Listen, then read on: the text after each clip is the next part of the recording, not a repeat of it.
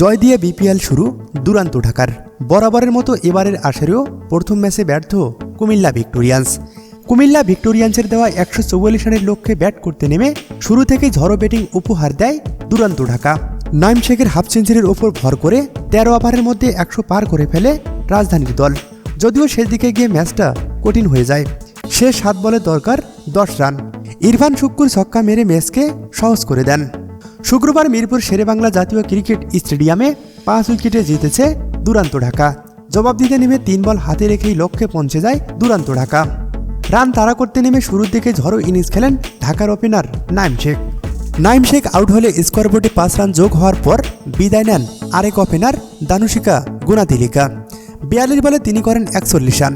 ঢাল হিসেবে ছিলেন ইরফান শুক্কুর। শেষ 7 বলে দলের যখন প্রয়োজন 7 রান, তখন ছক্কা মেরে দলকে সহজ পথে নিয়ে যান ইরফান শুক্কুর।